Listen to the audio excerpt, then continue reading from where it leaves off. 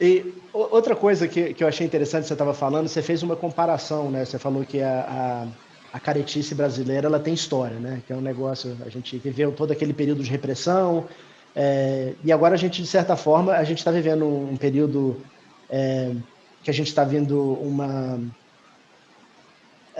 um crescimento, né, das ideias da direita, a gente está vendo uma sociedade muito polarizada, e uma das coisas também que você sempre fez muito bem foram críticas sociais e políticas. Você sempre, tipo assim, a música, pô, Plique Plique, por exemplo, para mim tem uma frase que você fala: se tivesse educação, sua vida estava Tua mil, vida estava mil. sua fome tinha Tua nome, a sua fonte. guerra era civil. Para mim, aquilo, tipo assim, é do caralho, porque é uma frase simples, mas ela realmente retrata o que tipo assim, se você é um pobre sem educação, você é um marginal, mas se você tem educação, aquilo ali pode ser outra coisa, né? Então é um negócio muito interessante.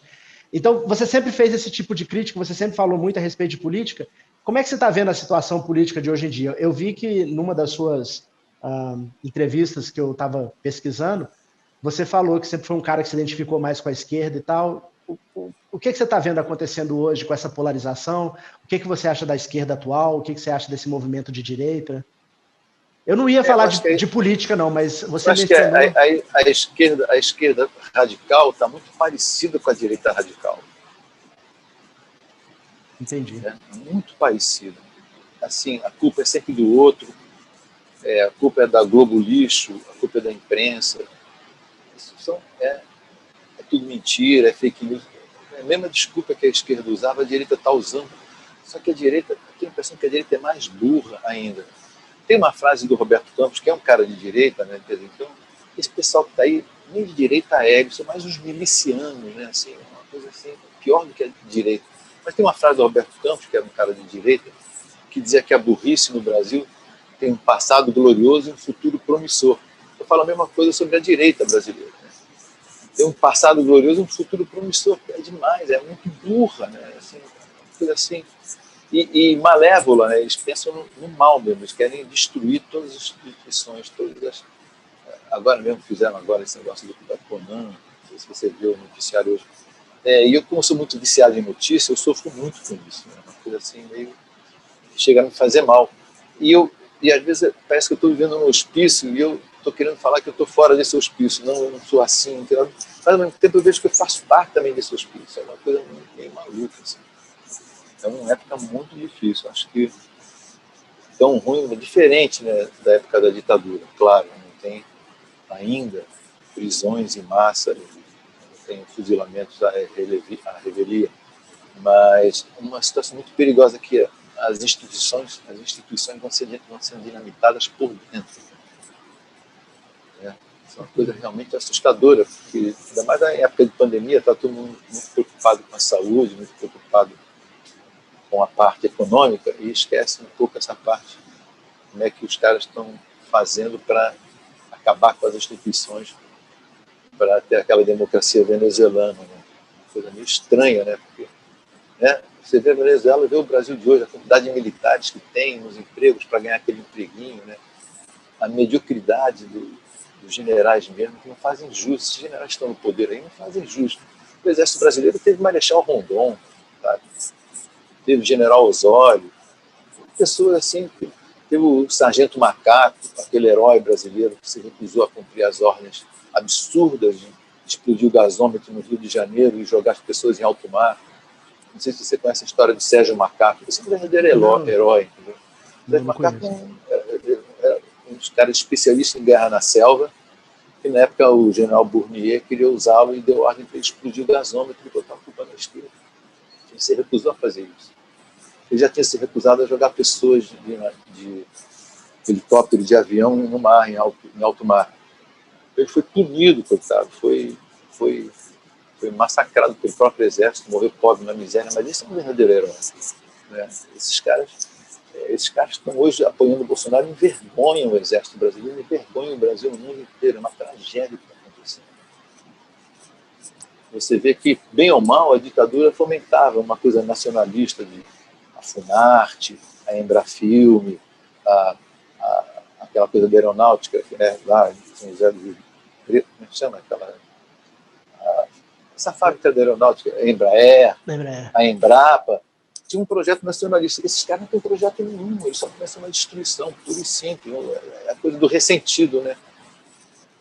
Tem um ressentimento, né, nessa turma assim, contra a inteligência, né, contra, né, uma coisa muito, muito ruim mesmo. Parece que eles têm raiva de quem é mais moderno, né? Eles têm uma visão arcaica do que foi o passado, uma coisa assim completamente ultrapassada no mundo capitalista de hoje. Nem capitalismo eles são, nem liberais eles são. É uma milícia que tomou o poder. Mais Que ou veio menos. aqui do Rio e tomou o poder em Brasília. Cara, mas eu não sei aonde que eu vi esse comentário, mas assim, talvez tenha sido você que tenha falado isso, porque eu tenho assistido bastante as suas entrevistas, e uma das coisas que alguém mencionou é tipo assim, parece que o brasileiro tem um certo fetiche com bizarro, sabe? Você apresenta um candidato, assim, pô, o cara tem uma proposta legal, o cara ele é articulado, ele sabe do que está falando, ele é comedido, ele olha os dois lados da moeda. Não, esse cara não é bom o suficiente para a gente precisa a gente precisa dos extremos, a gente precisa do bizarro, a gente precisa do estranho. É isso que parece que tem um apelo pro público brasileiro, digamos assim. E aí eu não sei, eu fico pensando se existe algum tipo de saída, porque eu concordo com tudo que você falou, e para mim, às vezes eu fico pensando assim, cara, eu não acho que ser de direita ou ser de esquerda é uma coisa necessariamente ruim, mas eu acho que o que a gente tem hoje em dia de exemplos de esquerda e direita é que são muito caricatos e são muito bizarros, e aí acaba que se você for usar aquilo como a sua métrica, não tem jeito, é tudo muito ruim, né? Eu não sei qual é a saída. Exatamente isso que você falou. Exatamente. Exatamente. Também, a única saída é a eleição, né? Agora, será que o Brasil vai aguentar 2 anos com essa gentalha no poder? Qual é a outra opção que a Agora, gente tem? não é só no Brasil, você vê nos Estados Unidos. É, Olha para o Trump, bicho, o que é aquilo, cara? é uma coisa também que Pô, tipo assim, eles têm mais tempo, né? Eles têm mais experiência com democracia, é uma democracia mais antiga, né? Você esperava uma coisa mais madura, né? Mas aparentemente exa não. é o bizarro, né? Olha É. aquele cabelo, olha aquela cor de pele, olha aquilo Olha as tudo, olha coisas que o aquela cara mulher dele. fala. O cara fala, então, escreve. Ué, o lado Então tem uma bom, cara. bizarrice, existe uma bizarrice aí, mas eu acho que é tudo. Eu volto à teoria do ressentimento.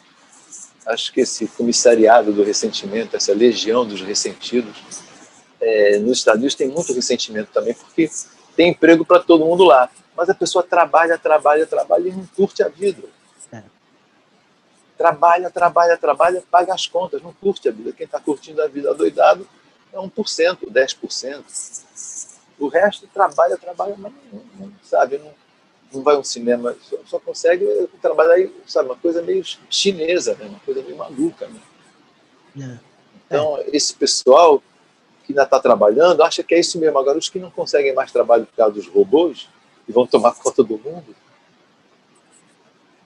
quer dizer, alguma coisa tem que ser feita.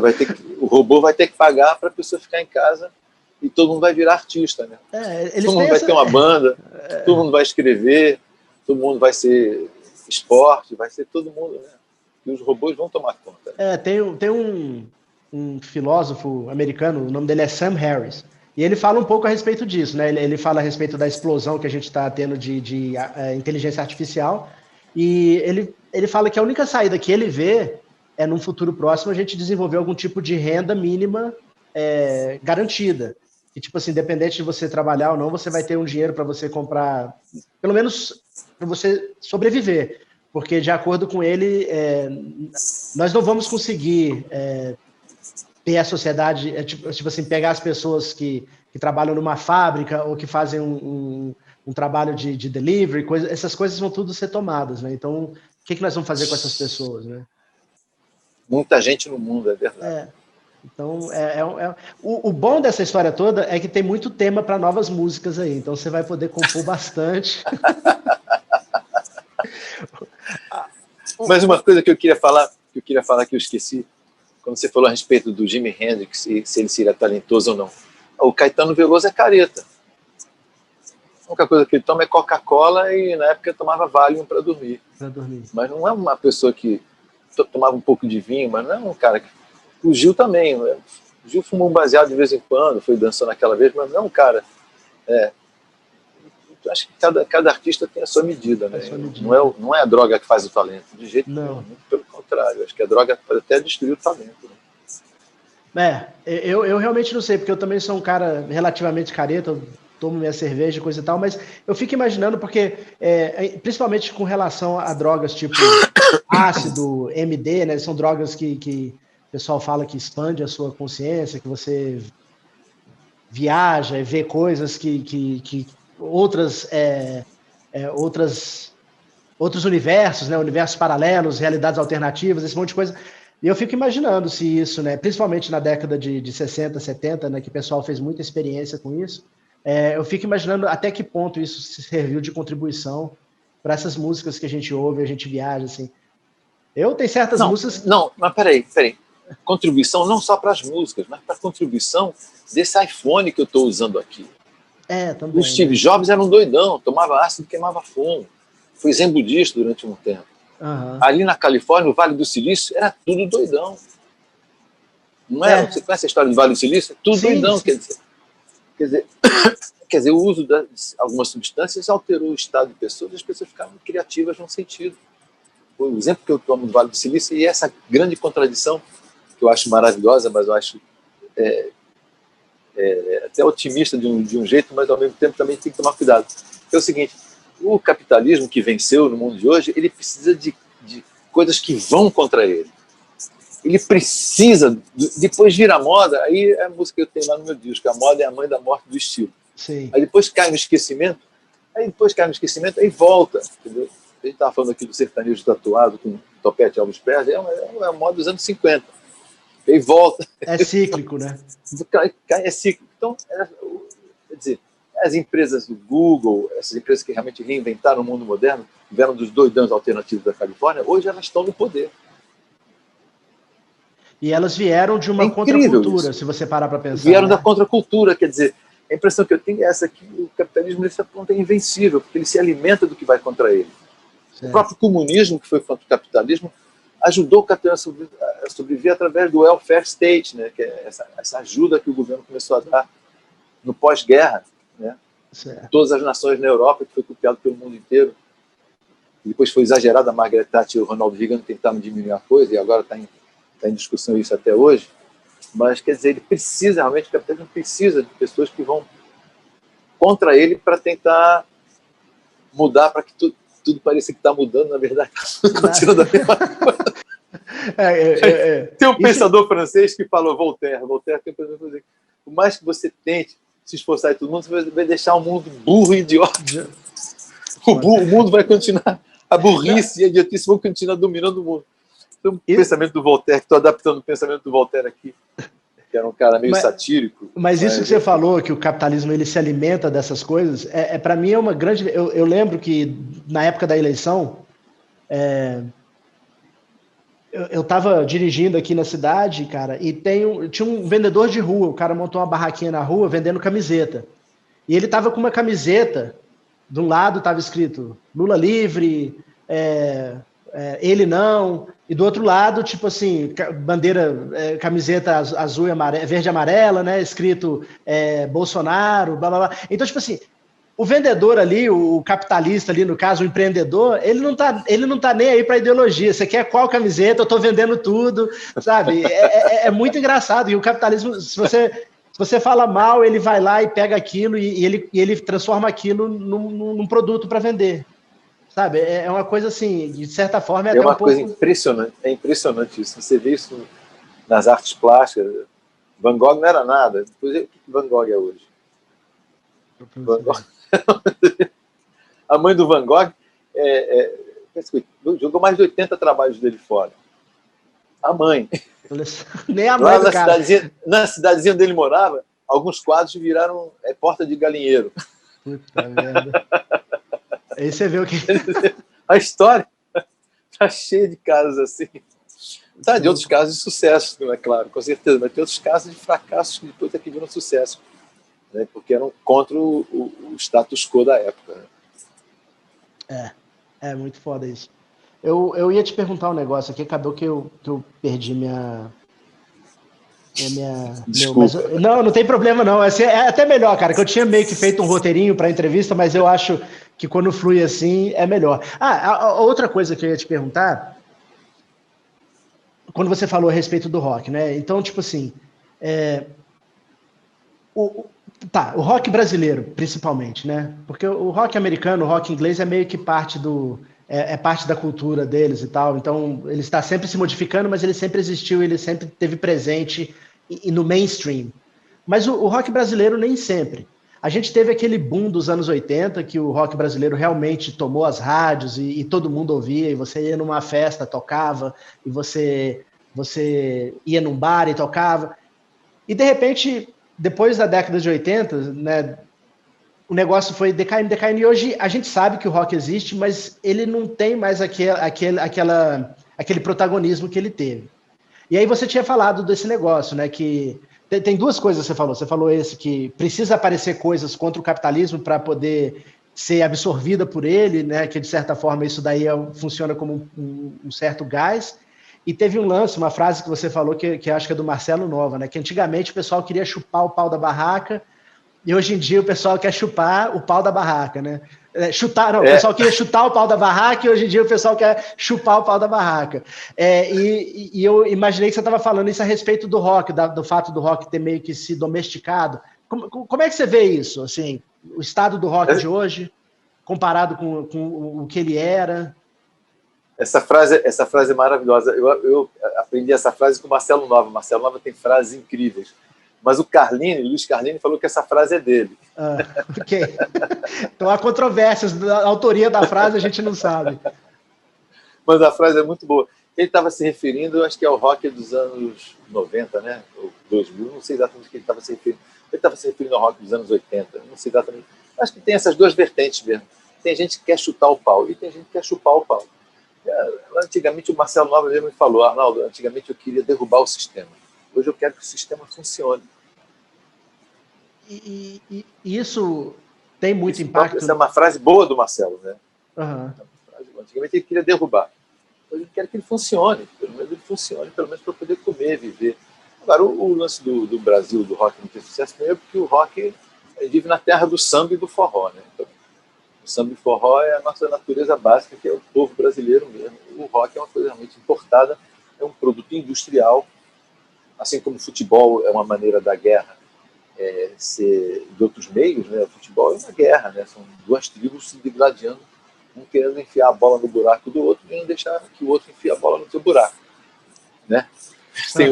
É uma guerra, as pessoas se matam na torcida por causa disso, é uma coisa tribal mesmo. Uma invenção inglesa, uma maneira de domesticar o ser humano lá mesmo, é uma coisa civilizatória nesse sentido, né? Mas você vê praticamente, né, não só no Brasil, mas o fervor, o futebol, que as pessoas se transformam naquilo. É a coisa do tal dos instintos, o tal você que chama dos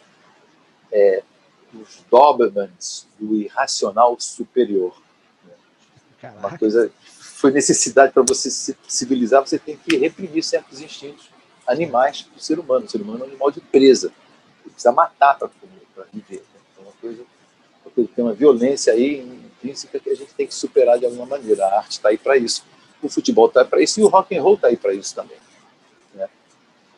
E eu acho que no Brasil ele não está na posição que ele merece, porque o Brasil sempre foi monocultura.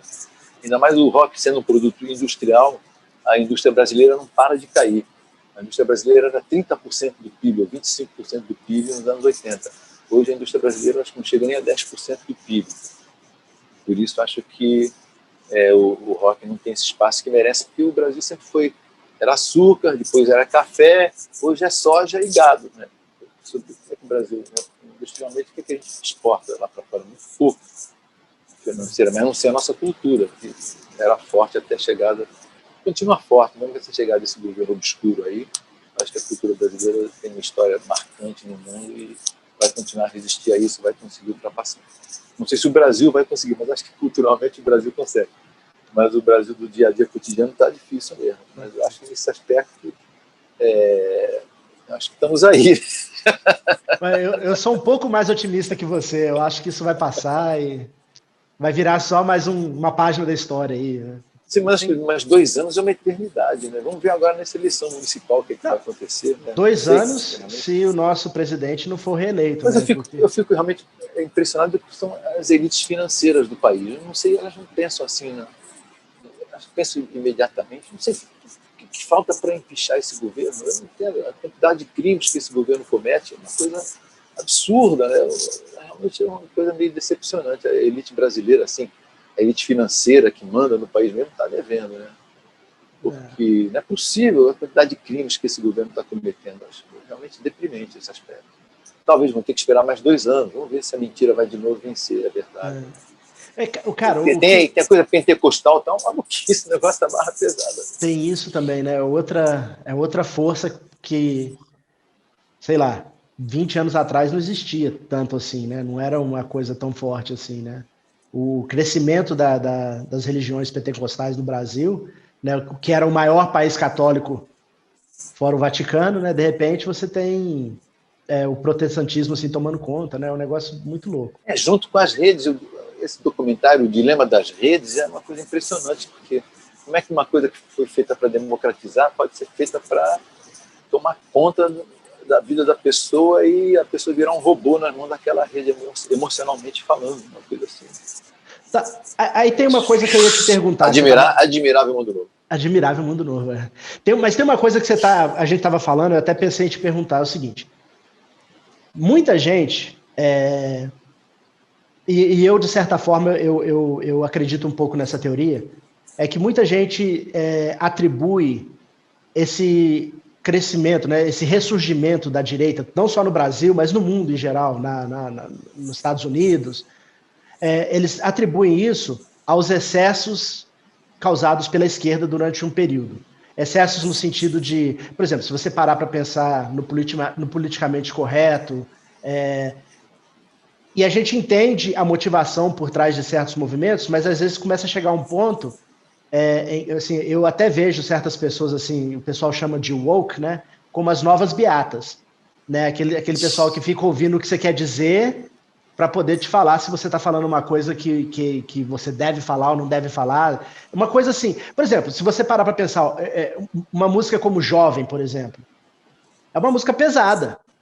Dependendo do lugar onde você vai tocar Jovem, e apesar de eu ver Jovem como não é uma apologia a isso nem aquilo, é uma crônica de uma sociedade que existia na década de 80, né? Quando você fala assim, não é só você que come a empregada, as pessoas têm que ter ciência que na década de 80, tipo assim, isso de certa forma era um pouco da parte da cultura brasileira. Você tinha um quartinho de empregada na sua casa e a empregada morava dentro da sua casa, e muitas vezes, muitos jovens de família de classe média alta, eles tiveram as primeiras experiências sexuais dele com a empregada. Então, tipo assim, você está simplesmente fazendo uma crônica de uma coisa, mas dependendo do local onde você falar isso, você é crucificado como um machista, elitista. Então, de certa forma, um pouco esse ranço que as pessoas têm da esquerda e esse crescimento da direita não vem desses excessos que a esquerda fez, aí sim, e deu um pouco de gás para a direita? Será que isso não procede? Eu acho que é uma coisa engraçada, porque o ambientalismo e o LGBTs e os transexuais e a homossexualidade não eram bandeiras de esquerda nos anos 60 nem nos anos 70. Muito pelo contrário. A esquerda aprisionava os homossexuais. Não é? Sim, A esquerda nunca apoiou o movimento do meio ambiente. O movimento do meio ambiente surgiu, aliás, o primeiro disco do Rammstein abre com o Partido Verde Alemão. Surgiu nos anos 80 na Alemanha. Não era uma coisa de esquerda no início. Ele foi se aproximando da esquerda porque a esquerda se aproveitou de uma certa maneira disso e foi se aproveitando. Agora, o ressentimento que existe, esse ressentimento que você falou, desses excessos do politicamente correto, eu acho que é tudo, no fundo, de um ressentimento em relação às liberdades da sexualidade, principalmente feminina e transexual. Essa liberdade da sexualidade, isso afetou muito o pessoal da direita. Muito, muito mesmo, porque a repressão civilização é toda fundada na repressão da sexualidade. Mas, de uma certa maneira, o próprio capitalismo, né, a própria natureza, afirma que a diversidade é a grande saída. Agora, tem uma outra coisa curiosa que eu gosto sempre de falar, o que define o homem da mulher é o cromossomo duas vezes X da mulher, e no homem o cromossomo é XY. Certo. O cromossomo X tem mais de 2.000 genes. O cromossomo Y tem às vezes 300, às vezes 500, às vezes até 200 genes.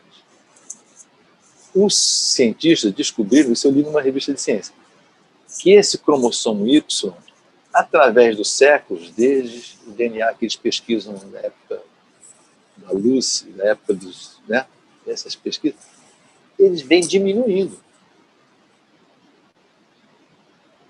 Então, significa que o cromossomo Y vai desaparecer. Vai claro ser um que isso vai cromossomo demorar milhares de vazio. anos.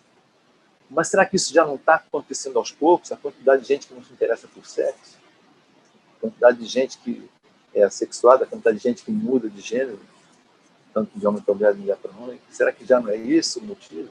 As pessoas que não têm gênero, será que isso já é uma transformação da natureza? A gente não sabe, mas que é curioso é. É muito curioso. Não, são perguntas... Aí eu acho que realmente essa liberdade, esse hedonismo, no Rio de Janeiro teve uma cena recente, que você deve ter visto na internet, a mulher passeando de biquíni à noite. E jogaram uma garrafa nela, né? Eu vi jogaram uma garrafa. Quer dizer, briga de mulher, quer dizer, nas novelas da Globo, a maior audiência que dá é quando as mulheres brigam. E a outra garota de biquíni, cheia de atitude, foi lá. Então, as duas nesse ponto erraram, mas não é engraçado o hedonismo exibicionista carioca brigando com a caretice agressiva carioca que existe. Né? Ali no bar do Leblon, as duas entraram em conflito, uma deu um tapa na outra, o outro lado tentou tomar satisfação. Quer dizer, então, as duas estão erradas e as duas estão certas ao mesmo tempo. É maluquice, porque você, né, uma está biquíni, mas bem, de repente é jovem, está saco cheio da quarentena, resolve burlar o sistema, eu acho que ela está errada. Mas a outra estava com uma criança também almoçando num restaurante cheio, também estava errada também. E sentiu agredido porque a mulher estava de biquíni. Aí hoje na clínica na crítica do Globo, o Joaquim Ferreira fez uma certa crítica à menina de biquíni que estava, né, falando que aquilo é uma coisa de elite, não sei o quê, mas ao mesmo tempo ele elogia a Leila Diniz, nos anos 70, que provocava todo mundo, falava que dava mesmo, falava que era liberdade mesmo, apareceu de foto de biquíni grávida. Quer dizer, então, a coisa está complexa, realmente. Numa das suas músicas, de um dos seus discos solos, você fala que hoje está sobrando liberdade. Não é essa frase? Tem excesso de liberdade? Essa frase. Essa frase. Aí eu ouvi isso, achei curioso. Você acha que isso é possível? Sobrar liberdade? Eu acho bom no sentido, mas eu acho que tem liberdade. Então a liberdade acaba no limite onde começa a liberdade do outro. Né? Então tem que ter certa regra. Até que ponto você pode falar que a Terra é quadrada, a Terra é como é que chama? A Terra é plana. Uhum. Você pode até falar que a Terra é plana. Sua opinião. Agora, você não pode fazer políticas na qual a Terra é plana. É uma loucura, é suicídio. Né? Eu acho que tem um certo limite a essa liberdade. Né? Você pode, no íntimo, achar que o homossexual, que nem o ministro da Educação, acha que o homossexual vem de doenças, vem de famílias desintegradas. É mentira, quer dizer, não é verdade isso. Ele acha a opinião dele, mas ele guarda a opinião. Ele ficar falando isso é crime. Né? Eu acho um crime ele falar isso, é um absurdo. Eu acho que tem que ter esse limite. Você gozar que o outro é judeu ou que o outro é preto, tem que ter um limite. Né? Agora, eu me lembro de uma crônica do Lima Barreto.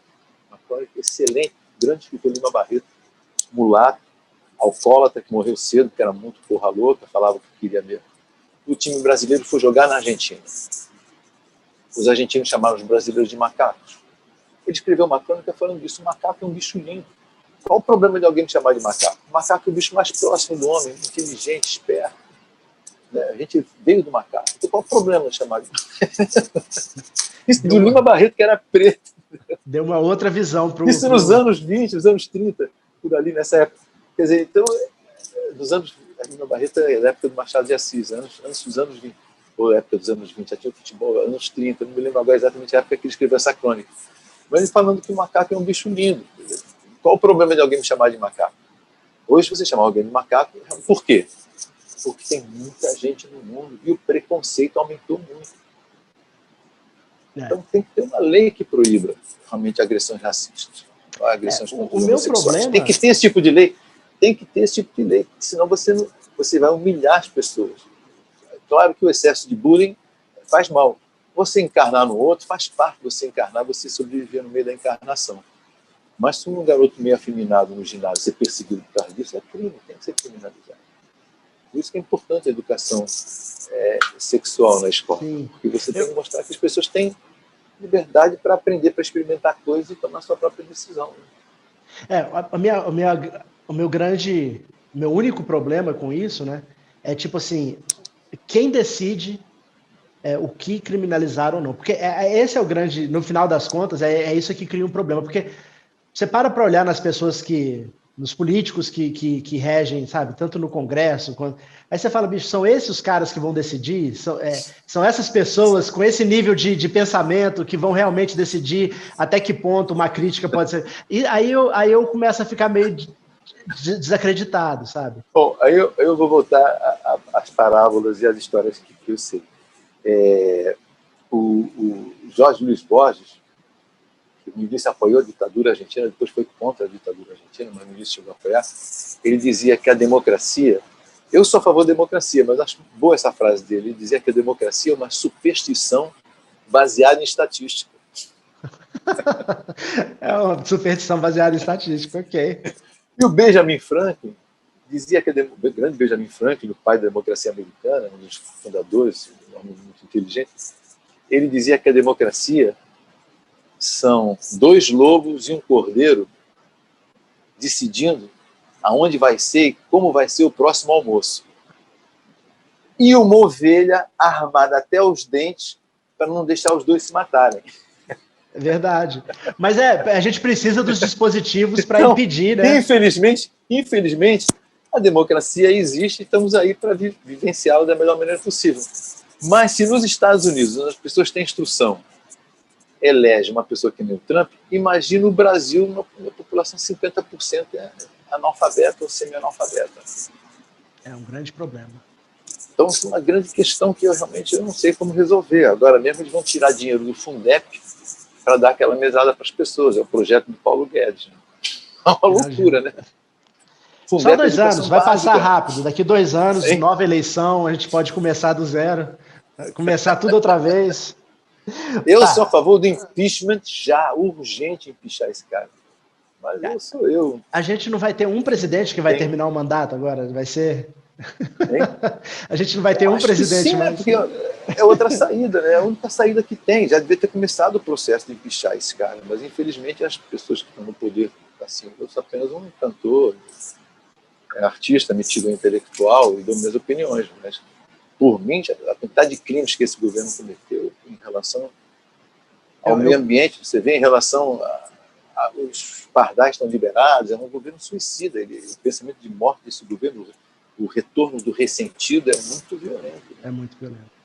Eu acho estranho, as piadas homofóbicas do Bolsonaro são uma bandeira disso, né? O cara ele tem essa questão sexual dele muito mal resolvida, né? Aquele laque, aquela sobrancelha feita, aquele jeito de machão, mostrar que é machão, que eu sou fodão, que máscara é coisa de viado, tudo é coisa de viado, isso demonstra um lado assim dele mal resolvido. Ele tinha que sair do armário para melhorar um pouco como pessoa.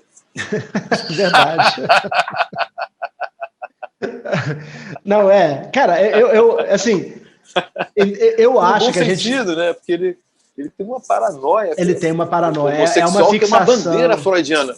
Uma fixação que é a bandeira freudiana total. Ele e os filhos dele ali, uma coisa muito esquisita ali, uma coisa do machão brasileiro. Né? Não é à toa que o Brasil é o país que mais mata transexuais. Né? Eu concordo com você. A gente e ao mesmo tempo é o país da loucura sexual, pelo menos durante o carnaval. Né? Agora, sem carnaval, vai ser mais complicado. O Brasil tem essa contradição, né, com relação ao machismo e à repressão sexual. É igual você falou, né? É engraçado. Você estava falando aí que você acha que muito do crescimento aí desse poder da direita vem basicamente do sexo, né? Não é nem de políticas econômicas, não é nem disso, não é daquilo. O pessoal está preocupado com quem você está transando, como você está transando, onde você está transando, e é isso. Se você vai andar de biquíni no carro, na frente da minha criança, sabe? No final das contas, a gente está muito preocupado com isso. Eu acho que tem uma coisa muito, muito complexa aí no Brasil mesmo, porque a quantidade de mulheres que o Brasil mata por ano, né? Quer dizer, o homem brasileiro ele tem um problema sério aí a resolver, né? Porque a quantidade de mulheres que é assassinada, né? É uma coisa meio complicada, né? Não é só o ciúme, não. Acho que tem uma inversão aí no homem brasileiro. Se ele é uma mulher, quer dizer, os gays são muito amigos das mulheres, né? Apesar de disputarem com ela muitas vezes, mas tem uma amizade. Agora, isso é uma inversão aí. O macho brasileiro matar as mulheres do jeito que mata, acho que o macho brasileiro é meio estranho, é meio esquisitíssimo. Cara, mas eu li um livro, tem eu esqueci o nome do autor, ele é um americano, casou com uma brasileira, ele é um advogado americano casado com uma brasileira e durante, sei lá, 2 décadas ele vinha no Brasil frequentemente. E ele se apaixonou pela cultura brasileira e ele resolveu pesquisar a respeito da cultura brasileira e ele escreveu um livro que chama The Brazilians, né, que fala sobre os brasileiros. E, cara, é muito legal porque é uma visão de quem está de fora a respeito da nossa cultura. E uma das coisas que ele falou a respeito disso é, tipo assim, existe uma coisa a respeito do valor da vida do ser humano no Brasil, que apesar da gente ter aquele mito do brasileiro cordial, coisa e tal, não podia ser mais longe da verdade, porque nós somos um povo muito violento. E ele fala, assim, tipo assim, por exemplo, ele usou o pessoal que surfa nos... Antigamente tinha aquele negócio de surfar nos trens, né, do Rio, né, o pessoal subia lá nos trens e ficava andando em cima do... Então, tipo assim, o brasileiro arrisca sua vida, arrisca sua saúde de uma forma muito casual. A gente não tá nem aí. Ah, se o cara cair, perdeu uma perna. Acontece. Sabe, é uma coisa assim muito casual, o jeito que a gente trata a vida. E aí eu acho que isso, de certa forma, a violência contra a mulher, a violência contra as pessoas trans, elas são uma extensão disso, do pouco valor que a gente tem, que a gente dá à vida. E eu acho que, de certa forma, o Estado também, ele fala um pouco a respeito disso, quando você vê uma pessoa que matou alguém, pega 12 anos de cadeia, cumpre 3, sabe? Aí o cara, 3 anos e meio na cadeia, ele cometeu um assassinato. O que o Estado está dizendo a respeito do valor da vida que foi tirada, né? Então, o Estado, que de certa forma era para ser o mediador de conflitos, ele acaba falando, ó, matou, mas 3 anos e meio é o suficiente, sabe? Então, eu acho que a gente tem que fazer uma reavaliação de qual é o valor que a gente quer que a vida do ser humano tenha no Brasil, seja a vida de qualquer ser humano, né? Então, eu acho que isso é um problema que a gente tem que lidar culturalmente. É uma impressão que eu tenho que me foi alertada através da leitura desse livro, sabe? Que é um negócio que eu concordei muito com ele. Não O sei o que Brasil é você... muito permissivo. O Brasil é muito as leis que foram feitas dessa Constituição de 88 e as outras também são muito permissivas em relação a isso. O cara mata facadas naquela atriz da Globo e o cara já está solto. Quer dizer, o cara nem matou por dinheiro nem nada, já é pastor, né? Uma loucura religiosa. Está solto. A namorada dele planejou tudo, uma maluquice.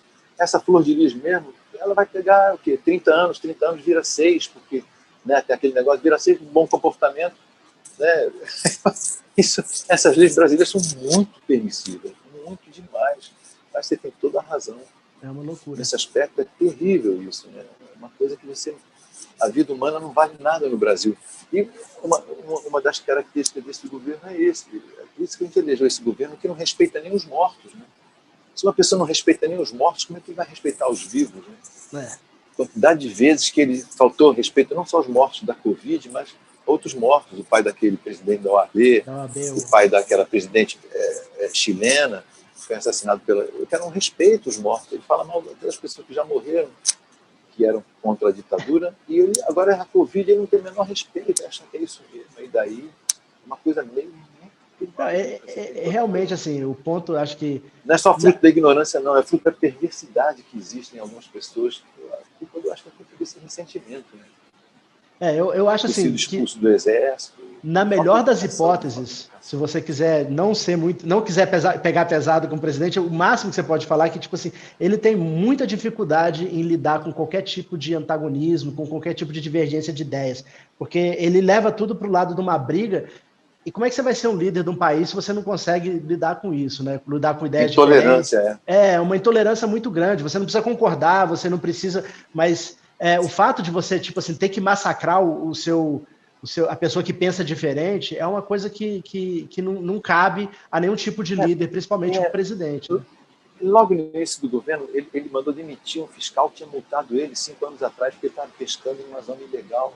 Quer dizer, isso é uma perversidade, né, de uma maldade, né, uma coisa de uma crueldade, isso é uma coisa impressionante. Uma coisa o cara deve ter um livrinho de inimigos que ele tem que se vingar, né? Ao longo da vida. Perigosa um poder desse cara. Quando era simples deputado, quer dizer, já era ruim, mas como presidente, uma tragédia. Né? Tá, vamos falar de coisas boas, vamos falar de música. Vamos falar de música.